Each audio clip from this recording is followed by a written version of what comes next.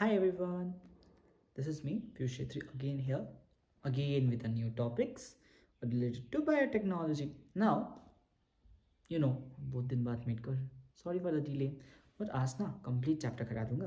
Okay, so last time हम लोग ने यहाँ तक डील किया था. मैंने डील कर पाया था तुमको बेसिकली बताया था बायोटेक में होता क्या है and what are restriction enzymes, कुछ एग्जांपल्स दिए थे और मैंने इतना तक बता दिया था कि बेसिकली हम लोग उस एंजाइम्स का जो सीक्वेंस था डीएनए का सीक्वेंस को सेपरेट आउट कैसे करके निकाल लेते. अब मैंने निकाल तो लिया, मानो तुमने एक पर्टिकुलर चीज़ जो तुमको चाहिए था वो तुमको मिल गया है, तुमने एक पर्टिकुलर कुछ काम किया है, उसका तुम्हारे पास कॉपी है, मैंने उसका बेसिकली एक परफेक्ट क्या बोलते हैं ओरिजिनल चीज़ है, बट तुम उसका कॉपी बनाते हैं कि नहीं बनाते हैं ना, जस्ट फॉर एश्योरिटी कि वो हमेशा रहे, ऐसा रहे कि लाइक हमेशा लगे कि लाइक वो मेरे पास हमेशा है, हमेशा होना चाहिए ना, तभी तो इट विल थिंक ना. सो दैट उसके लिए हम लोग क्या करते हैं, कॉपी बनाते हैं. जैसे तुमने ड्राइंग बना लिया, आज देखा होगा कितना सुंदर ड्राइंग बनाया है मैंने, तो यू थॉट कि ये ड्राइंग तो मैंने बना लिया बट क्या भरोसा कि ये बाद में रहेगा या नहीं रहेगा, तो तुम उसका फोटो खींच लेता है या उसका कॉपी बना लेता है. तो वही चीज़ हम लोग बायोटेक में भी करते हैं, बट यहाँ पे करने का पर्पस अलग है. Why we are doing this, ताकि ना सपोज समझ लो तुम्हारा वो पढ़ाकू का एग्जाम्पल लो, तुम्हें पढ़ाकू का जीन अपना बच्चे में डालना था, बट क्या नेसेसिटी है कि तुमने जो अपना वाइफ से जो पढ़ाकू जीन लिया था वो 100% वो बेबी एक्सेप्ट करेगा. एक जीन ही तो निकाला था तुमने, वो 100% चांसेस है कि वो बेबी एक्सेप्ट करेगा या नहीं करेगा. तुम उसका कॉपी बनाएगा कि नहीं बनाएगा. एवरी साइंटिफिक एक्सपेरिमेंट करने के लिए कोई भी एक पर्टिकुलर चीज़ जो हमें एग्जाम चाहिए उसका मिलियंस कॉपीज में रखना पड़ता है, ताकि एक से ना हो तो अनेक हो करने के लिए. तो वही चीज़ यहाँ पे हो रहा है. तो इसी चीज़ को जब हम लोग बायोटेक्नोलॉजी में करते हैं, उसको करने के लिए हम लोग को कुछ वेक्टर्स, बेसिकली वेक्टर्स का नॉर्मल मतलब क्या था, किसी भी चीज़ को एक जगह से दूसरी जगह पे ट्रांसमिट करने के लिए जो एजेंट्स लगे उसे वेक्टर्स बोलते थे. बट यहाँ पे वो लोग का पर्पस अलग है, तो इसलिए वो लोग को अलग नाम से बुलाया जाता है, क्लोनिंग वेक्टर्स. क्या बोला जाता है, क्लोनिंग वेक्टर्स. वाई, बिकॉज उन लोग का मेन काम क्या है, क्लोन करना, कॉपी बनाना. तो क्लोनिंग वेक्टर्स क्या होती है, ऐसी चीज़ें जो हमें किसी सीक्वेंस की कॉपी बनाने में मदद करें मतलब एक्चुअली में कॉपी बना के दे. तो वही होता है. टिपिकली ये जो वेक्टर्स होते हैं क्लोनिंग वेक्टर्स, ये कौन होते हैं, प्लाज्मिड्स और बैक्टीरियोफेज. क्यों, बैक्टीरियोफेज बैक्टीरिया पे अटैक करके बैक्टीरिया का डीएनए को ऑल्टर कर सकता था और उसके थ्रू मैंने बैक्टीरिया का डायरेक्ट बैक्टीरियल डीएनए से कॉपी बना के अपना डिजायरेबल जीन निकाल सकता था. बट प्लाज्मिड क्या होता है, प्लाज्मिड एक सर्क्यूलर डीएनए होता है जो बैक्टीरिया के भीतर एग्जिस्ट करता है इंडिपेंडेंटली, बट उसका असर बैक्टीरिया पे होता है. वो तो है. इसका टिपिकली 15 से 100 कॉपी सेल, एक सेल में जो एक प्लाज्मिड होगा वो 15 से 10 100 कॉपी बना देगा एक ही बार में, इसलिए ये कॉपी नंबर बहुत हाई है. इसी के कारण हम लोग वेक्टर को यूज़ करते हैं कोई भी कॉपी बनाने के. नाउ डिपेंडिंग अपॉन तुमको वेक्टर चाहिए ना, अभी वेक्टर में क्या चीज़ नेसेसिटी है कि किसी भी चीज़ को वेक्टर बनाया जाए. 3 चीज़ नेसेसिटी होता है. क्या होता है, ORI, selective markers and cloning sites. ORI, origin of replication. Imagine करो तुमने, पता है ना हर एक डीएनए में एक पर्टिकुलर सीक्वेंस होता था जहाँ से जो एक्चुअली रेप्लिकेशन शुरू होता है. क्या होता है, शुरू होता है. अभी ये जो सीक्वेंस होता है हर एक डीएनए में होता है, वो ऐसा नहीं कि खाली बैक्टीरिया में है, सारे डीएनए में इसी सीक्वेंस को हम लोग ORI बोलते हैं. वेक्टर में क्यों नेसेसिटी है, ORI ये तो गवर्न करते हैं कि कहाँ से रेप्लिकेशन हो. अगर तुमने मानो उस डीएनए के पास ORI के पास में नहीं लगाए, ORI से साथ में नहीं लगाए, तो होगा रेप्लिकेशन, नॉट ना. अपार्ट फ्रॉम इट ORI ये भी कंट्रोल करता है कि कितना कॉपीज बनेगा. जैसे तुमको 100 चाहिए कि 1000 चाहिए कि लाख चाहिए कि क्या चाहिए, ORI उसी को भी गवर्न करता है. इसलिए ORI is a very very important thing. अभी सेकेंड 2 चीज़ जो होता है सिलेक्टेबल मार्कर और क्लोनिंग साइज. अभी इसको समझने के लिए ऐसा समझो, तुमने जो वेक्टर यूज़ किया है, वेक्टर जैसे एग्जांपल से मैंने तुमको PBR322 का एग्जांपल देके करवा. PBR322 में होता क्या है, बेसिकली एक ऐसा साइट होता है, 2 साइट्स होते हैं. एक साइड पे होता है टेट्रासाइलिन, एक साइड पे होता है एम्पिसिन. अब ये जो जीन्स है ना, ये जीन्स क्या करती है, ये तो ORI हो ही क्या, ये जीन्स क्या कर रहे हैं, एम्पिसिलिन टेट्रासाइलिन, ये रेजिस्टेंस प्रोवाइड करते हैं प्लाज्मिड को. तो हुआ क्या था कि जो फर्स्ट प्लाज्मिड का बात चल रहा था उसमें सैल्मोनेला टाइफी के पास, टाइफी मुरियम मुरियम के पास एम्पिसिलिन टेट्रासाइलिन जैसा कुछ समझ लो रेजिस्टेंस था, जिसके कारण ये जीन्स के होने के कारण इसको रेजिस्टेंस मिल रहा था एम्पिसिलिन और टेट्रासाइलिन से. बट व्हेन इकोलाई की बात आई, इकोलाई में ये नहीं थे, इसी के कारण they it was not having resistance against this. तो मैंने क्या किया, जो चीज़ को निकाल के मैंने किसी और में डाला, वो एग्जाम्पल था, एक एग्जाम्पल है, ये एक्चुअली में नहीं हुआ था. ठीक है, PBR322 एक्चुअली में इकोलाई के लिए एक वेक्टर है, बट एक्चुअली में जो मैं स्टोरी बता रहा हूँ वो हुआ नहीं हुआ, उतना इट्स नॉट नेसेसरी. बस से for example Salmonella typhi medium में दोनों रेजिस्टेंस था जो इकोलाई में नहीं था. अभी अभी इकोलाई में डालने के लिए मैंने इस वेक्टर को यहाँ पे वेक्टर के रूप में एक समझ लो इसको। इकोलाई में जो सैल्मोनेला टाइफीमुरियम में था वो इकोलाई में नहीं था, तो उसको डालने के लिए मुझे इसका यूज़ करना पड़ा। अभी ये जो वेक्टर है, ये वेक्टर में क्या रेजिस्टेंस है, एम्फीसिलिन रेजिस्टेंस जीन है और टेट्रासाइलिन रेजिस्टेंस जीन है। मैंने बेसिकली जिन जगह पे मैं लगा सकता हूँ अपना बेसिकली डिजायर्ड जीएनए, उसी को हम लोग डीएनए, उसी को हम लोग क्लोनिंग साइट्स बोलते हैं। अभी लगा सकता हूँ क्यों मैटर करता है, बिकॉज ओआरआई के पास में लगाना तो पड़ेगा। सेकेंड चीज़, जहाँ पे हम लगा सकते हैं ना, ऐसे समझ लो कि मैं एक डीएनए में कहीं पे भी लगा सकता हूँ। तो मैं इधर से भी लगा सकता हूँ, इधर से भी लगा सकता हूँ, इधर से भी, इधर से भी, इधर से भी, इधर से भी, ऐसे ऐसा वाला डीएनए भी मान लो इधर भी लगा, इधर भी लगा, तो मल्टीपल साइट्स होगा। तो इज इट नेसेसरी कि तुम्हारा जो डीएनए है उसी का कॉपी नंबर बढ़ेगा, वही आएगा? अगर मल्टीपल साइट्स हुआ तो तुम क्या पहचान पाएगा कि ये वाला डीएनए था कि वो वाला डीएनए था, ये वाला और क्योंकि ऐसा होता है कि जैसे तुमने जो डीएनए लगाया, लगाने वाला जगह अगर मल्टीपल हो गया ना, तुमने लगाया वाला ही है कि ये नहीं है, कोई अलग वाला भी होगा जो इसका डीएनए सीक्वेंस बहुत ही स्मॉल डिफरेंस होता होगा तुम्हारे डीएनए से। इसीलिए कोई भी वेक्टर में क्लोनिंग साइट एक या एक से दो ही होना पड़ेगा, दैट इज द मैंडेटरी। क्योंकि अगर क्लोनिंग साइट्स ज़्यादा हुआ, कॉपी बनाने का साइज ही ज़्यादा है, माना कि कॉपी बनाना नंबर हमको ज़्यादा चाहिए, अगर साइज से ज़्यादा हो गया तो मिस मैचिंग भी तो हो सकता है ना, मिस प्रोडक्शन भी तो हो सकता है। इसीलिए वो चीज़ मैटर करता है। ओके, तो सर बेसिकली पीबीआर 2322 में एम्पिसिलिन और टेट्रासाइलिन रेजिस्टेंस जीन्स ही है वो जगह पे जहाँ पे मैं कोडिंग एक्चुअली कर सकता हूँ, मैंने एक्चुअली अपना डिजायर्ड डीएनए लगा सकता हूँ, इसलिए उन लोग को कोडिंग साइट्स बोलते हैं। अभी सिलेक्टेबल मार्कर्स होता क्या है, जब तुम इस पर्टिकुलर वेक्टर जिसमें तुमने डीएनए डाला अपना डिजायर, ठीक है, अगर उसको या फिर कोई भी डीएनए आउटसाइडर डीएनए किसी दूसरे होस्ट में डाला, अगर वो होस्ट तुम्हारा डीएनए को एक्सेप्ट करता है, चाहे तो वो तुम्हारा वेक्टर ही क्यों ना, उस होस्ट को हम लोग ट्रांसफॉर्मेंट बोलेंगे। क्या बोलेंगे? ट्रांसफॉर्मेंट। और इस प्रोसेस को जब वो एक्सेप्ट कर रहा है उसको ट्रांसफॉर्मेशन बोलेंगे। तो जो जिसने एक्सेप्ट किया तुम्हारा डीएनए वो ट्रांसफॉर्मेंट, जिसने एक्सेप्ट नहीं किया वो नॉन ट्रांसफॉर्मेंट। अभी ये चीज़ तो मैंने होस्ट के लिए बताया ना, अगर यही चीज़ मैं अपना वेक्टर के लिए बताऊँ तो, कि जो वेक्टर में है या फिर जो वेक्टर डीएनए मेरा डिजायर्ड डीएनए को एक्सेप्ट करेगा, उसको मैं क्या बोलूँगा? उसको मैं रिकम्बिनेंट बोलूँगा। क्या बोलूँगा? रिकम्बिनेंट। और जो एक्सेप्ट नहीं करेगा उसे क्या बोलूँगा? Non recombinant. ये बात समझा? बेसिकली मैंने ये बताया, जब अपना डिजायर्ड डीएनए को मैं वेक्टर में डालूंगा, डिपेंडिंग अपन उसका कौन सा क्लोनिंग साइट है, अगर उस क्लोनिंग साइट पे वो लगा हुआ वेक्टर को एक्सेप्ट, मैंने वो डीएनए को अपना मेरा डिजायर्ड डीएनए को वो वेक्टर अगर एक्सेप्ट करेगा तो उस वेक्टर को रिकम्बिनेंट डीएनए बोलेंगे। पहले से पता रिकम्बिनेंट डीएनए तो हम इतना पढ़ चुका है। अगर वो एक्सेप्ट नहीं किया तो वो नॉन रिकम्बिनेंट है। अभी ये रिकम्बिनेंट नॉन रिकम्बिनेंट छोड़ने के बाद अगर जो मैंने वेक्टर डाला, इंटायर वेक्टर होस्ट में डाला, अगर वो होस्ट उस वेक्टर को एक्सेप्ट करता है तो वो होस्ट हो गया ट्रांसफॉर्मेंट, और एक्सेप्ट नहीं करता है तो वो कौन हो गया? Non transformant. इतना समझा? तो होगा क्या, इस ये दोनों चीज़ पढ़ना जरूरी क्यों है? Let's understand this. ओके, से तुम्हारे पास एक वेक्टर था, 3 वेक्टर लिए मैंने, ठीक है। फर्स्ट वेक्टर में मैंने क्या किया, अभी क्योंकि ये एम्पिसिलिन और टेट्रासाइलिन रेजिस्टेंस जीन्स की बात मैटर करती है, उन दोनों को हम कंसिडर करेगा। ओवरआई को अभी थोड़ा देर के लिए भूल जाओ। हुआ क्या, मैंने फर्स्ट वाले डीएनए में लगाया, तीनों में लगा दिया था, ठीक है। 3 ही डीएनए में मैंने अपना बेसिकली डिजायर्ड डीएनए लगाने की कोशिश की थी, लगा दिया नहीं था, कोशिश की थी। तो फर्स्ट वाले ने एक्सेप्ट कर लिया, एक्सेप्ट किया तो ये क्या बन गया? रिकम्बिनेंट, क्योंकि इसने एक्सेप्ट किया ना। अभी इसको मैं कैसे करूँगी, कैसे चेक करूँ कि ये रिकम्बिनेंट है कि नहीं, पहले वो अभी आते हैं। अगर इसने एक्सेप्ट किया तो ये क्या बना? रिकम्बिनेंट। इसने एक्सेप्ट नहीं किया तो ये नॉन रिकम्बिनेंट।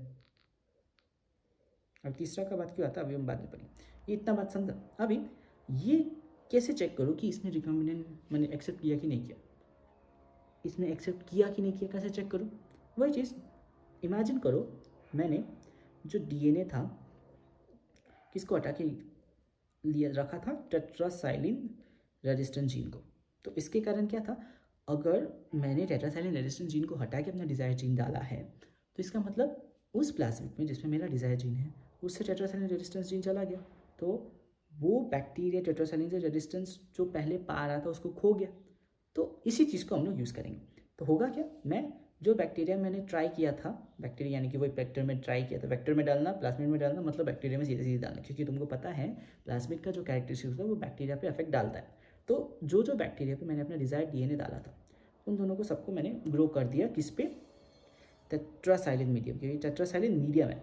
अभी ये जो जीन्स था उसके कारण ये दोनों इस टेट्रासाइलिन एंटीबॉडी को अवॉइड करके ग्रो कर सकते थे, बट क्योंकि मैंने अपना डिजायर्ड जीन डाला तो उससे टेट्रासाइलिन रेजिस्टेंस निकल गया, तो it will not be able to grow. तो जो बैक्टीरिया ग्रो करता है दे आर नॉन रिकम्बिनेंट्स, क्योंकि उसने एक्सेप्ट नहीं किया ना मेरा डीएनए, और they are able to grow on tetracycline medium. और जिसने एक्सेप्ट किया है मेरा DNA, they will not be able to grow on the media and they become recombinants. ये बात समझा कि नहीं समझा? आई होप सो तुम लोग समझे होगे। फिर से बता रहा हूँ, मैंने टेट्रासाइलिन रेजिस्टेंस जीन को हटा के अपना डीएनए डाला, क्योंकि उसमें से टेट्रासाइलिन रेजिस्टेंस जीन चला गया। तो अगर मैंने उस पर्टिकुलर सारे बैक्टीरिया को अगर टेट्रासाइलिन पे ग्रो किया, टेट्रासाइलिन मीडियम पे ग्रो किया, और जो ग्रो हो पाए वो लोग के पास टेट्रासाइलिन रेजिस्टेंस हो गया ना, they didn't accepted my DNA. इसलिए जिस लोग ग्रो कर पाए दे वे नॉन रिकम्बिनेंट, जो लोग ग्रो नहीं कर पाए दे वे रिकम्बिनेंट, क्योंकि नहीं कर पाने का मतलब है उस लोग ने मेरा डीएनए को एक्सेप्ट कर लिया। अभी नॉन रिकम्बिनेंस को मैंने सिलेक्ट कर लिया, चलो मान लिया कि मैंने पता चल गया इसमें मैंने अपना जो डीएनए डाला था वो लोग ये लोग ने एक्सेप्ट कर लिया। अभी इन जो रिकम्बिनेंस को मैं होस्ट में डालूंगा, किसमें? होस्ट में। सबको होस्ट में डाल दिया। अभी होस्ट को चेक करूँगा। होस्ट को कैसे चेक करेंगे?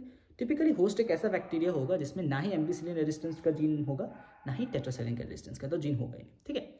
तो होगा क्या, अगर वो होस्ट मेरा डीएनए, मेरा वेक्टर के थ्रू मेरा डीएनए को एक्सेप्ट करेगा, यानी बेसिकली मेरा वेक्टर का भी डीएनए एक्सेप्ट करेगा, तो उसके पास एम्पिसिलिन का रेजिस्टेंस आना चाहिए, क्योंकि मैंने एम्पिसिलिन को छेड़ा नहीं था ना वहाँ पे, तो एम्पिसिलिन रेजिस्टेंस तो था वेक्टर में, तो वो होस्ट को भी मिलेगा। पर अगर जो होस्ट ने मेरा वेक्टर को ही नहीं लिया, उसमें एम्पिसिलिन प्रेजेंट ही नहीं होगा, रेजिस्टेंस जीन मैंने एम्पिसिलिन रेजिस्टेंस जीन प्रेजेंट ही नहीं होगा। तो इसको कैसे चेक करें कि कौन सा होस्ट ने मेरा एक्सेप्ट किया या नहीं किया? उन लोग को एम्पिसिलिन मीडियम में ग्रो कर दो। जो ग्रो कर पाएगा दे आर ट्रांसफॉर्मेंट, क्योंकि वो लोग के पास एम्पिसिलिन रेजिस्टेंस जीन मिल गया फ्रॉम द वेक्टर, वो लोग ने उसे एक्सेप्ट कर लिया, और जो नहीं कर पाया दे वे नॉन ट्रांसफॉर्मेंट। तो देखा, एक में ग्रो कर पाना ये प्रूफ करता है कि वो लोग नॉन रिकम्बिनेंट, और नहीं ग्रो कर पाना रिकम्बिनेंट को प्रूफ करता है। दूसरा में उसी चीज़ में एक में ग्रो कर पाना से ट्रांसफॉर्मेंट को प्रूफ करता है और दूसरा नॉन ट्रांसफॉर्मेंट को। तो इसीलिए ये दोनों जो दो क्लोनिंग साइट्स है they are only basically selectable markers also, cloning sites also, क्योंकि वो बताते हैं कि कहाँ पे क्लोन करना है, और बेसिकली वो डिफरेंस बताते हैं रिकम्बिनेंस नॉन रिकम्बिनेंस में। और ये भी बताते हैं कि होस्ट का टाइम पे जब वो होस्ट में जाता है वो होस्ट एक्सेप्ट कर रहा है कि नहीं कर रहा है, यानी कि they are telling also about transformant and non transformant. Okay, इसमें कुछ doubt? I hope so you don't have. Now इसी को हम लोग थोड़ा एनसीईआरटी से और भी देख लेते हैं। आई टोल्ड यू, और ये ORI क्या होता है? This is a sequence from which replication starts when DNA linked to the sequence can be made be replicate to the host cells. Also responsible, this sequence is also responsible copy number of DNA. Selectable marker, ORI के साथ vector को selectable marker चाहिए जो बताए identify eliminate non transformants selectively going the growth of transformants. Normally the genes coding क्या हो गया? Encoding resistance to antibiotics, ampicillin, tetramazole, tetracycline, kanamycin is usually considered usable selectable markers for E. coli, ठीक है। Cloning size भी वही, preferably single या फिर both few recognition size, जहाँ से बेसिकली पता चले कि किसने मेरा वेक्टर को एक्सेप्ट किया या मैंने मेरा डीएनए को एक्सेप्ट किया या नहीं किया। ये सब चीज़ समझा दिया मैंने। अभी आता है ये जो इतना झोल माल है दोनों को यूज़ करके, एक में ग्रो करेगा नहीं करेगा, इसको इतना कॉम्प्लिकेटेड क्यों करें? थोड़ा ईजी बना देते हैं। इसलिए आजकल इस टाइप के बेसिकली चूजिंग से हम लोग क्या चूज़ करते हैं, basically based on the ability to produce colour. आजकल हम कलर के हिसाब से सपोज समझ लो जो डीएनए में मैंने suppose for example this recombinant DNA is inserted with the coding sequence of enzyme beta electrosis, this results in activation of the gene for synthesis of this enzyme which leads to insertion in activation. This presence of chromatin substance gives blue colored substance if the plasmid in the bacteria does not have any inverse presence of insertion of the beta galactosine, the clone do not produce. मैंने होगा क्या colour पे basis, वैसे समझ लो वही चीज़ है। अगर उस पर्टिकुलर वेक्टर में उस पर्टिकुलर रिकम्बिनेंट डीएनए में मैंने अपना डिजायर्ड डीएनए डाला तो होगा क्या, जो जीन कलर प्रोड्यूस कर पा रहा था ब्लू को, वो बीटा गैलेक्टोसिडेज जो जीन था जो एक्चुअली हम लोग ने डाला उसके कारण कलर नहीं प्रोड्यूस होगा। तो यहाँ पे कलर प्रोड्यूसिंग मैंने बेसिकली हुआ क्या, मैंने एक डीएनए लिया जिसमें अपना डिजायर्ड डीएनए डाला, अपना डिजायर्ड डीएनए के साथ मैंने बीटा गैलेक्टोसिडेज का जीन भी डाल दिया। अगर उस डीएनए रिस्पेक्टिव डीएनए मेरा डीएनए को एक्सेप्ट किया होता तो उसमें वो बीटा गैलेक्टोसिडेज जीन गया होता। तो अगर वो गया होता तो that DNA will not be able to produce a blue colour, और जबकि अगर वो ब्लू कलर प्रोड्यूस कर पा रहा है it is not accepting my DNA. Simple सी बात। इसी को हम लोग इंसर्शनल इनएक्टिवेशन बोलते हैं। I hope so it's clear. अभी कुछ प्लांट्स और एनिमल्स के लिए जो वेक्टर्स यूज़ करते हैं हम लोग, वो है सबसे पहले प्लांट्स में हम लोग यूज़ करते हैं एग्रोबैक्टीरियम ट्यूबिफिशियंस। और प्लांट एनिमल्स के लिए we are talking about cancerous retroviruses. Now typically जब तुम समझेगा एग्रोबैक्टीरियम ट्यूबिफिशियंस ना, बैक्टीरिया में प्लांट्स में ना ट्यूमर कॉज करता था, और रेट्रोवायरस एनिमल्स में, ह्यूमंस में, एनिमल्स में कैंसर कॉज करते हैं, और साथ ही साथ कुछ हद तक एड्स भी कॉज करते हैं। It's very dangerous thing. तो हम लोग इसको वेक्टर क्यों यूज़ करते हैं? बिकॉज ना वेक्टर समझने का मतलब होता है कि एक ऐसा चीज़ तो तुम्हारे बॉडी के अंदर जा सके, तुम्हारा बॉडी में कुछ दे सके। तो तुम्हारी बॉडी को सबसे अच्छा कौन जानेगा? सिंपल सी बात, तुम्हारा जो दुश्मन है वही तुम्हारी कमजोरी को खोजेगा कि नहीं खोजेगा। तो उसी को पता है कि तुम्हारे अंदर कैसे जाए, तुमको कैसे अपना कोई ऐसा चीज़ दे पाए, बोलते हैं ना। इसीलिए हम लोग दुश्मन को यहाँ पे यूज़ करते हैं। एग्रोबैक्टीरियम ट्यूबिफिशियंस को अच्छी तरह से पता है कि किस तरह से प्लांट की बॉडी के अंदर घुस के एक पर्टिकुलर जीन को डालना है। तो मैंने क्या किया, बस उससे जो नेगेटिव पार्ट था उसका, जो हम लोग को डिजीज कॉज कर रहा था, उसको प्लांट्स को उसको हटा के उसको वेक्टर की तरह यूज़ कर दिया। ओके, इसलिए we use Agrobacterium tumefaciens as a which was a pathogen of the plant, but इसको हम लोग आजकल कोई भी डीएनए को डिलीवर करने में यूज़ करते हैं, और जिस डीएनए को हम लोग डिलीवर करते हैं उसे टी बोलते हैं। ये नॉर्मली होता क्या था, बेसिकली एग्रोबैक्टीरियम ट्यूबिफिशियंस अपना कुछ डीएनए डालता था जिसको टी बोलते हैं, जो नॉर्मल प्लांट सेल्स को ट्यूमर बना देता था। बट उससे मैंने टी वाला पोर्शन को हटा दिया और अपना डिजायर जीन डाल दिया। तो वो क्या कर रहा है, टी की जगह अपना मेरा डिजायर जीन डाल रहा है, जिसके कारण it is becoming useful to us. Similarly retroviruses हम लोग के सेल्स को कैंसरस सेल्स बनाते थे। तो उस कैंसरस एबिलिटी को मैंने हटा के उसको अपना जीन दे दिया, ताकि वो मेरा जीन को उस ह्यूमन बॉडी में पहुंचा सके या एनिमल्स में पहुंचा सके। This was all about how we use certain vectors for plants and animals. तो मैंने वेक्टर के थ्रू ग्रोइंग, देख ये जो वेक्टर है ना, यहाँ पे जो जिस वेक्टर की हम लोग ये बात कर रहे हैं, ये क्लोनिंग के साथ साथ डिलीवरेशन में भी एबिलिटी रखता है। ओके, डिलीवर भी कर पा रहा है, क्लोन भी कर पा रहा है, डिलीवर भी कर पा रहा है, इसलिए ये अलग होता है। नाउ द क्वेश्चन कम्स, मैंने वेक्टर के थ्रू कॉपी बना लिया, डाल दिया, और उसमें डालने के लिए अभी तो मैं बता रहा था होस्ट एक्सेप्ट करेगा कि नहीं करेगा, बट इस एक्सेप्टेंस की चीज़ को कि वो 100% एक्सेप्ट करे, कैसे करें, उसके लिए तो वेक्टर्स था, कुछ कुछ वेक्टर्स जो डायरेक्टली जाके होस्ट में दे सकते हैं। बट मानो अगर मेरे पास वेक्टर के साथ खेला खेली करने का टाइम नहीं है, तो मैं कैसे होस्ट में डालूँ, कैसे चाहे बिना वेक्टर के भी होस्ट में डालूँ, या फिर वेक्टर को भी यूज़ करके ऐसा कंडीशन ला दूँ कि वेक्टर का 100% चांस है कि उस होस्ट को वो होस्ट उस वेक्टर को एक्सेप्ट कर ले। कैसे? उसी प्रोसेस में जिसमें हम होस्ट को एकदम रेडी बनाता है, ताकि मेरा वेक्टर डीएनए को, मेरा डिजायर डीएनए को ले ले, चाहे वेक्टर के रूप में या फिर ऐसे ही। उस प्रोसेस को हम लोग कॉम्पिटेंट होस्टिंग बोलते हैं। क्या बोलते हैं? Competent host. इसके लिए कैसे करते हैं? सबसे पहले फर्स्ट जो ट्रेडिशनल मेथड है, उसमें अपना जो होस्ट है उसको पहले डाइवैलेंट एटम का आयन, जैसे कि कैल्शियम आयन, उसमें डालेंगे, जिसके कारण कैल्शियम आयन क्या होगा, उसको बेसिकली प्लाज्मा मेम्ब्रेन को खोल देगा और डीएनए अंटर कर सकेगा। सेकेंड चीज़, उसको पहले शॉक देंगे। कैसे शॉक? पहले सेल्स को गर्म करेंगे 42 डिग्री सेल्सियस। कितनी डिग्री सेल्सियस? 42 डिग्री सेल्सियस पे थोड़ा सा हीट शॉक देंगे। क्विकली उन लोग को आइस करेंगे। हुआ क्या था, बेसिकली पहले मैंने क्या किया, एक होस्ट लिया, होस्ट के अंदर पहले कैल्शियम अच्छे से डाला ताकि उसका कंसंट्रेशन बढ़ जाए और वो अच्छे से बैक्टीरिया डीएनए लेने के लिए रेडी हो जाए। फिर उसको मैंने आइस पे डाल दिया, आइस के बाद हीट कर दिया, हीट रहा 42 डिग्री सेल्सियस पे, फिर उसके बाद आइस में फिर से डाल। इससे क्या होगा, परफोरेशन ऑफ द डीएनए अच्छे से बढ़ जाएगा। इसमें हम लोग को वेक्टर ना यूज़ करे ही हम लोग का होस्ट ले लेगा। तो ये था ट्रेडिशनल मेथड, इसमें चांसेस कम होता है कि वो ले ले। सेकेंड थिंग इज, जो प्लांट्स में यूज़ करते हैं इस माइक्रो इंजेक्शन। इसमें क्या, सॉरी एनिमल सेल में यूज़ करते हैं, सॉरी क्या बोलते हैं ना, इसमें क्या बेसिकली एक छोटा सा माइक्रोस्कोपिक इंजेक्शन होता है जो डायरेक्टली अपना डिजायर डीएनए को डायरेक्टली एनिमल न्यूक्लियस में डाल देता है। प्लांट्स के लिए इसी का एक सिमिलर काइंड ऑफ मेथड है, उसको बायोलिस्टिक्स या फिर जीन गन बोलते हैं, जिसमें जो पर्टिकुलर डीएनए सीक्वेंसेस को गोल्ड और टंगस्टन के ऊपर रैप करके उस पर्टिकुलर से होस्ट का, प्लांट होस्ट के डीएनए के ऊपर बॉम्बार्ड करते हैं, जिसे बायोलिस्टिक्स या फिर जीन गन भी बोलते हैं। लास्ट मेथड वेक्टर मेथड, जो तो हम लोग पढ़ते ही हैं। और वेक्टर मेथड में एफिशिएंसी बढ़ाने के लिए भी अच्छे से उसको कॉम्पिटेंट होस्ट बना सकते हैं, वो कैल्शियम आयन का कंसंट्रेशन करके। तो ये 3-4 मेथड से हम लोग अपना डीएनए को होस्ट में डाल सकते हैं। फर्स्ट 3 वेज में तो बिना पैथोजन, बिना वेक्टर का यूज़ किए हम लोग कर सकते हैं। उस टाइम पे खाली वेक्टर क्या चाहिए, कॉपी बनाने के लिए, ठीक है। बट लास्ट मेथड में जो वेक्टर यूज हो रहा है वो कॉपी भी बना रहा है और डिलीवर भी कर रहा है। सो बेसिकली इस चैप्टर में हम लोग ने पहले पढ़ा, तो it was all about the DNA. अभी जो चैप्टर का जो लास्ट पार्ट है उसमें जस्ट समरी है। पहले मैंने क्या किया, आइसोलेट किया, जैसे स्पेसिफिक सीक्वेंस को कैसे आइसोलेट करूँगा, रेस्ट्रिक्शन एंजाइम यूज़ करके अच्छे से काटूंगा, अच्छा जगह स्पेसिफिक जगह पे लगा के सेपरेट करूँगा। सेपरेट करने के बाद सेपरेट कैसे करूँगा, जेली इलेक्ट्रोफोरेसिस से अपना सबसे ईजिएस्ट सीक्वेंस निकालूंगा, सबसे अच्छा वाला जो मुझे चाहिए था। अभी सेपरेट करने के लिए सबसे पहले तो मुझे सेल को फाड़ना पड़ेगा। सेल के फाड़ने के लिए सेल वॉल फाड़ो। सेल वॉल फाड़ने के लिए अभी सेलुलेस एंजाइम दो, सेलुलोज वाला एनिमल सेल के लिए सेल वॉल फाड़ना ही नहीं जरूरी, सेल मेम्ब्रेन को खाली फाड़ना है। फिर प्रोटीएजेस, न्यूक्लिएजेस तो नहीं दूंगा, प्रोटीएजेस दूंगा और आरएनएस दे दूंगा, ताकि आरएनए प्रोटीन ये सब डिस्ट्रॉय हो जाए, खाली क्या बचे डीएनए। डीएनए जो निकला उसको फिर मैं ना डीएनए सेपरेशन मेथड बोलूँगा, जिसमें हम लोग मोटर पेस्टल मेथड के थ्रू या फिर अदर मेथड्स के थ्रू डीएनए को खाली आइसोलेट कर लेंगे। तो इसको आइसोलेट कर लिया। आइसोलेट करने के बाद रिस्ट्रिक्शन एंजाइम से उस स्पेसिफिक सीक्वेंस को काटूंगा जो मुझे चाहिए था। काटने के बाद इलेक्ट्रोफोरेसिस से उसको सेपरेट आउट करूँगा रेस्ट डीएनए सीक्वेंस से। अभी जो डीएनए सीक्वेंस जो निकला इसको मैं क्लोनिंग वेक्टर या फिर कुछ अलग मीन से इसका कॉपी नंबर बढ़ाऊँगा। कैसे बढ़ाऊँगा, कोई भी क्लोनिंग वेक्टर या किसी भी चीज़ को यूज़ करते हैं। सबसे कॉमनली आजकल क्या यूज़ करते हैं, पीसीआर।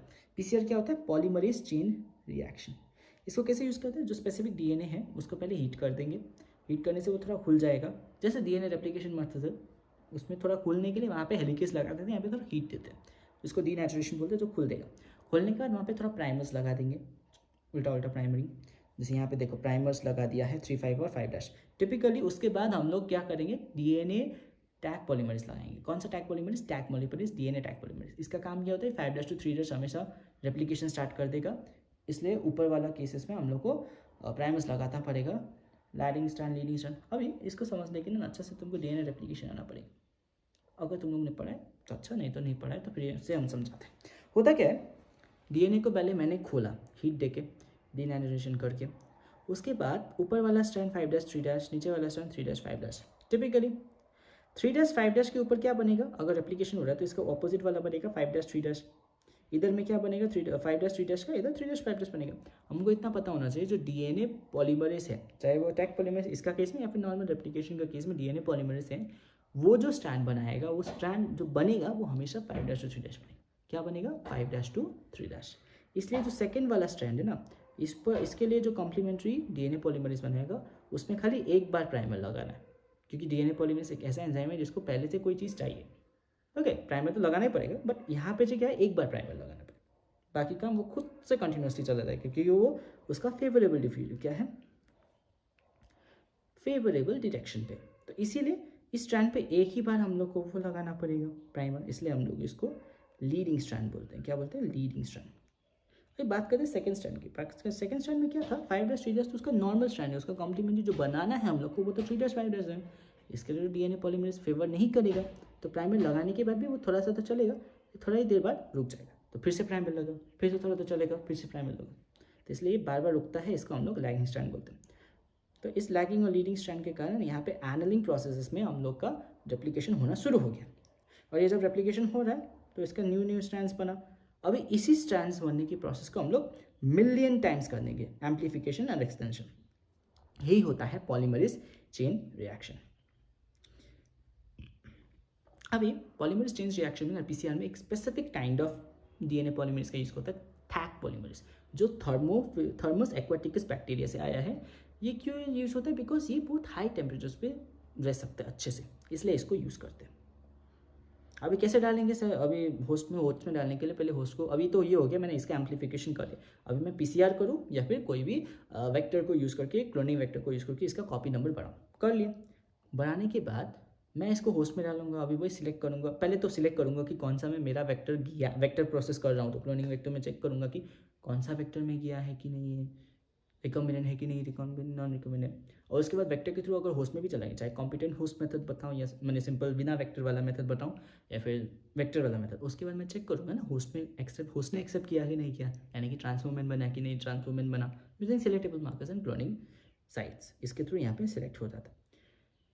अभी फाइनली जब हो जाने के बाद सारा होस्ट में चला गया, देन वी विल चेक ना उससे फॉरेन प्रोडक्ट बन रहा है कि नहीं। When an insert an Indian piece of DNA into cloning vector transfer to bacteria, the alien gets multiply. उसके अंदर जो मैंने डिजायर डीएनए डाला था उस होस्ट के अंदर, उसमें मल्टीप्लाई होने लगता है और उसके कारण प्रोडक्ट्स मिलने लगते हैं। इसमें अल्टीमेट एम क्या है कि हम लोग को जो चाहिए था कैरेक्टर या चाहिए था प्रोटीन, वो मिल जाए। Hence there is a need for recombinant DNA to be express. अभी हम लोग को क्या चाहिए कि होस्ट में भी एक्सप्रेस हो जाए, तो होस्ट में कैसे एक्सेप्ट करें, एक अप्रोप्रिएट कंडीशन। अभी ये चीज़ क्यों ऐसा है कि मैंने ये तो डाल दिया हो रहा है उस होस्ट में, अभी होस्ट एक्सेप्ट कर भी लिया होगा, बट क्या नेसेसिटी है कि वो उसको एक्सप्रेस करे।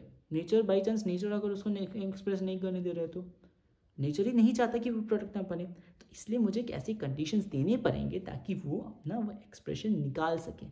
तो उसी कंडीशंस देने के लिए हम लोग एक बेसिकली टैंक बनाते हैं जहाँ पे उसको बाहरी चीज़ों से कॉम्पिटिट ना करना पड़े और वो खाली जो चीज़ मिला है उसको एक्स्ट्रा डीएनए वो उसको अच्छे से एक्सप्रेस करे।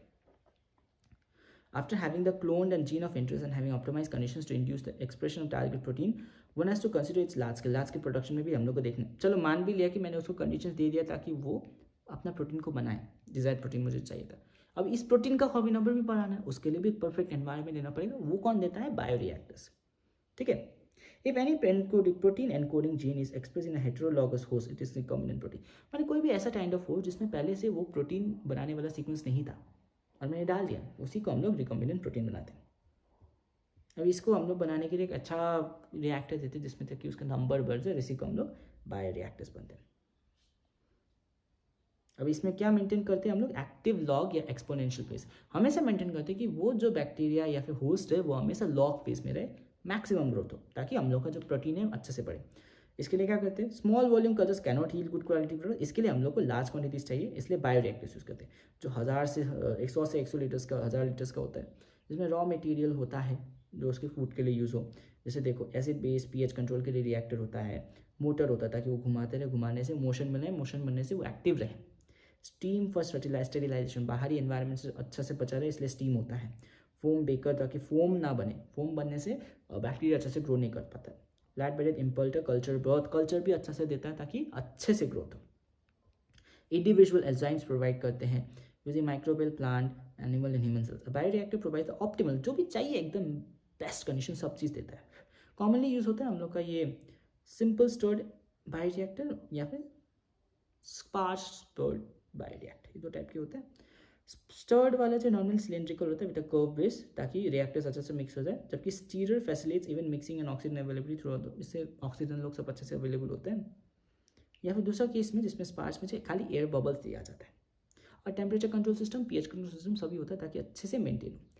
अब फाइनल चीज़ जो बायोटेक में किया जाता है डाउनस्ट्रीम प्रोसेस, फाइनल चेकिंग कि मैंने जो प्रोडक्ट बनाया लार्ज स्केल पे तो बना दिया, और लार्ज स्केल में भी वो जो इतना सारा जो क्वांटिटी बना उसमें जो प्रोटीन्स बन रहे हैं वो कौन से परफेक्ट है, अच्छे हैं, ताकि बाहर सारा दुनिया में जा सके, उस चीज़ का चेकिंग को हम लोग डाउनस्ट्रीम प्रोसेसिंग बोलते हैं। मार्केटिंग करने के लिए फिनिश प्रोडक्ट के रूप में उसमें कुछ सेपरेशन, प्यूरिफिकेशन, अच्छा प्रोडक्ट्स को चूज़ करना, ये चीज़ आता है डाउनस्ट्रीम प्रोसेसिंग। कुछ प्रिजर्वेटिव्स में भी डालते हैं ताकि वो लंबे समय तक प्रिजर्व रहे।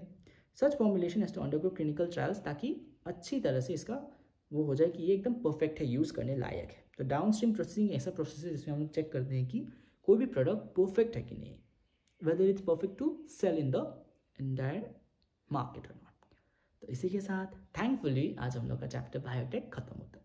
आशा करता हूँ तुम लोग को ये या आप लोग को ये चैप्टर अच्छा लगा होगा। If you like it, do like and share and subscribe. Bye bye.